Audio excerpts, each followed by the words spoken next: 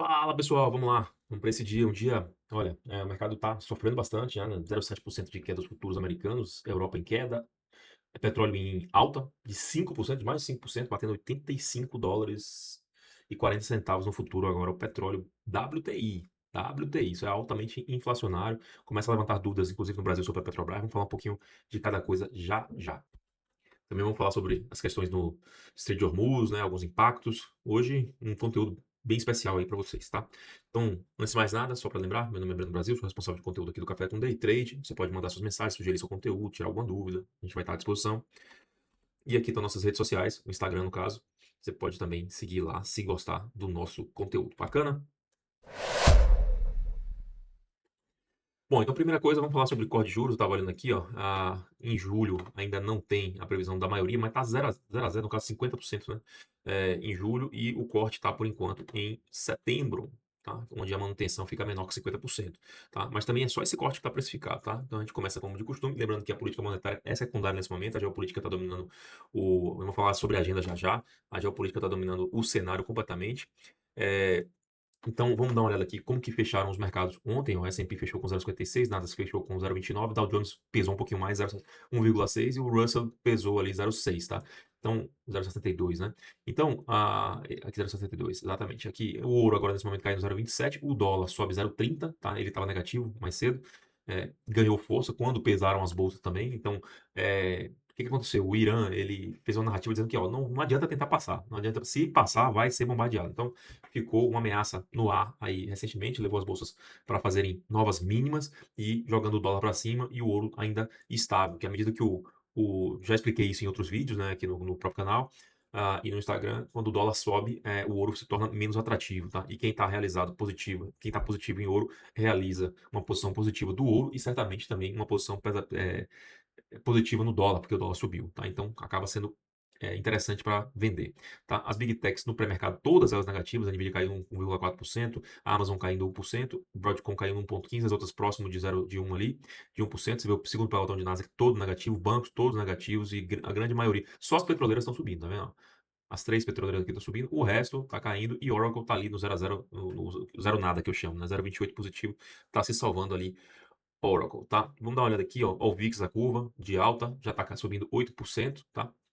Então indica um mercado com aversão a risco. As bolsas acabaram se recuperando no final do pregão de ontem, as bolsas à vista, mas ainda ficaram no campo negativo. Eu fiz uma pesquisa aqui usando o ChatGPT, tá? Onde eu perguntei os impactos, né? E aí ele me passou aqui os impactos país por país, né? Então, energia, óbvio, a gente sabe, né? Economia, inflação, adiamento dos cortes de juros, né? Tenho falado aqui também, volatilidade, né? VIX mais alto. Então, impacto negativo para companhias aéreas, para transporte, varejo, então, indústria. E aí a gente tem a União Europeia, né? Aumenta o preço do gás. Lembrando que quem está se beneficiando com isso vai ter lá embaixo aí a Rússia, porque está aumentando suas receitas. As sanções diminuem, porque não tem de onde tirar petróleo, vai ter que pegar o petróleo russo.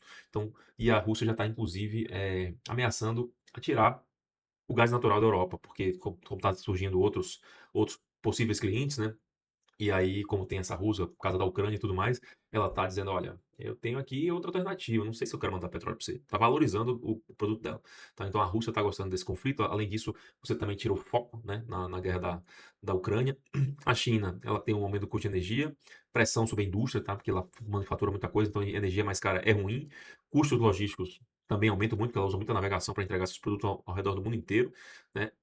Os Emirados Árabes, impacto direto, né? O petróleo aumenta a receita, o petróleo é mais caro, mas o risco geopolítico reduz investimento, turismo, né, aquela coisa toda, já tem cancelamento de voo, até o Grande Prêmio de Fórmula 1 foi impactado, porque as equipes demoraram para chegar na Austrália, porque o hub, né, ali, de troca de avião, né, de conexões ali, ou era Emirados Árabes ou Catar, nenhum dos dois estava funcionando, teve que ir pelo Japão, sei lá, fazer uma outra rota para chegar na Austrália. Então a Rússia, eu já falei um pouquinho, o Irã é impacto direto, né? Nos países do Golfo ali, a gente tem o petróleo mais caro, mas a gente tem infraestrutura, investimentos e turismo negativo. Então, aqui ficou bem legal aqui essa questão. Então, o calendário de hoje tem o payroll, tá? Importante, mas eu diria o seguinte: o mercado está ditado pela macroeconomia, pela geopolítica, pelo conflito, pelo aumento do custo energético, pelo risco de inflação, que isso vai ser mais impactante a nível de possibilidade de corte de juros do que o próprio payroll, que é uma questão interna. E, obviamente, até o primeiro corte de juros que está previsto lá para setembro, ainda tem muito payroll para sair, muito dado econômico para se analisar. Então, esse de hoje, não que ele não vai fazer o P, mas ele pode ser um dado que vai fazer ali uma movimentação local, depois até volta um pouco ou não, dependendo do sentido que for. E além disso, se ele vier em linha, vai passar desapercebido, tá? Então, não deixa de ser um dado importante, mas ele deve fazer menos impacto, principalmente um impacto de maior prazo, né? Não só no momento da divulgação da notícia, mas ao longo do dia e até no início da próxima semana. Eu acredito que esse impacto vai ser reduzido, mas é o grande dado da agenda. Aqui, ó, todo esse 10,5 aqui dominante tem vendas no varejo também, tá? E aí eu acho que é menos impacto ainda. E depois, à tarde, tem a Maridale fala, e a gente também vai ter aí contagem de sondas, né, Baker Hughes, que é para petróleo, e o petróleo, como eu falei, também tem uma motivação muito mais relevante, que é essa questão da guerra do Irã. Então, para todos esses ativos, o mais importante acaba sendo esse cenário geopolítico que está se deteriorando, né, em função dessa narrativa do Irã e pela falta de perspectiva. Inclusive, eu gravei um vídeo ontem no YouTube, eu versus Irã, e aí eu falo sobre a questão do Strait de Hormuz e algumas coisas que tecnicamente são necessárias para restabelecer o fluxo ali. Então, falo sobre a mudança do regime ou não, ou se dependendo de quem for escolhido como novo líder supremo lá da República e do Islã. Então, tem algumas questões ali que precisam ser respondidas, até na intenção dos Estados Unidos, do Trump, de liberar o Strait de Hormuz, como que vai fazer, né, a segurança, a escolta, como que vai limpar a área ali para garantir que os navios que vai arriscar vidas, como é que é. Então esse vídeo aí depois, para quem gosta de geopolítica, é uma coisa que de repente eu deixo até o link aqui no final do vídeo, tá bom?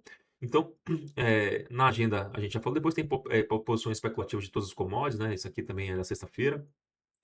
E já mostrei o VIX, ouro agora no zero, tá vendo? Você vê que não está se movimentando tanto o ouro.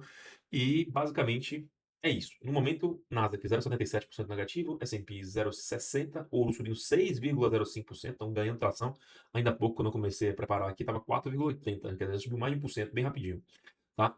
Europa toda negativa, tá? Ela estava quase no 0 a 0 ainda há pouco. Agora, Eurostoxx está caindo 1,3%, Reino Unido está caindo 0,7%, DAX na Alemanha 0,9%, então bastante coisa. E as bolsas na Ásia subiram, tá? Subiram por questões de estímulos na China, na minério de ferro no Brasil, lá nos Estados Unidos também, ou, lá em minério de ferro na China subiu hoje, mas isso deve, eu falei de Brasil porque deve impactar aqui talvez a Vale, mas a Petrobras, com todo esse enrosco, é uma questão de dúvida. Ela lançou o seu balanço ontem, ela sobe a DR 3%, tá? No pré-mercado lá nos Estados Unidos.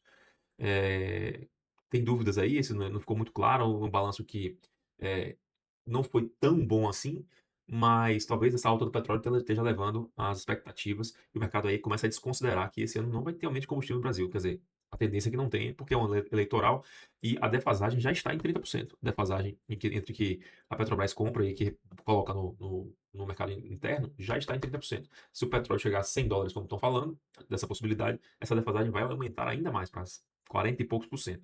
E aí, a gente vai ter a empresa entubando esse prejuízo, tá?